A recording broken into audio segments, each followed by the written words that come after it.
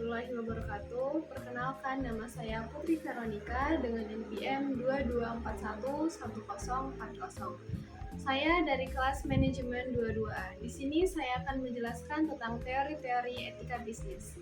Sebelum masuk ke teori etika bisnis sendiri adalah segala sesuatu tentang pedoman norma bagi sebuah perusahaan dalam mengambil keputusan.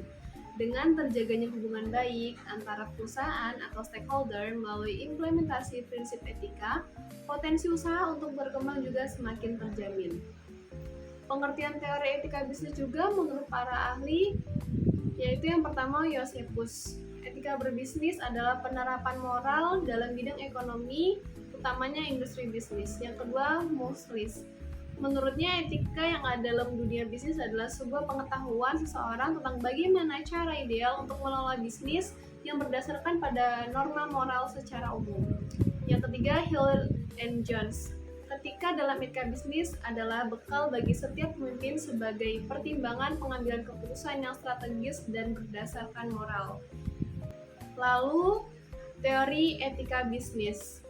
Secara umum, teori ini memang berbicara tentang bagaimana perilaku berbisnis yang baik dan sesuai dengan norma. Namun, ada 4 teori besar yang juga dipelajari dalam konsep tersebut.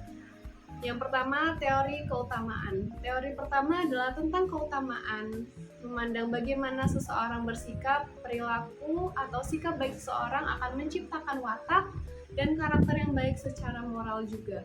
Yang kedua, teori hak. Seperti pembahasan etika pada umumnya, teori hak berbicara mengenai sesuatu yang pantas dan harus didapatkan oleh seseorang atau individu. Sehingga jika dilihat dari segi bisnis, segala keputusan yang diambil, perusahaan tidak boleh melanggar hak seseorang. Yang ketiga, teori deontologi. Teori deontologi dalam etika bisnis menekankan tentang kewajiban seseorang untuk berperilaku sesuai dengan tanggung jawab yang diberikan. Misalkan bekerja dalam sebuah perusahaan dan bertugas untuk menangani pemesanan produk, maka sesuai teori deontologi dalam etika bisnis harus melakukan tugas secara baik. Lalu yang terakhir, teori teleologi. Kata teleologi berasal dari bahasa Yunani, yaitu telos yang berarti tujuan atau akhir.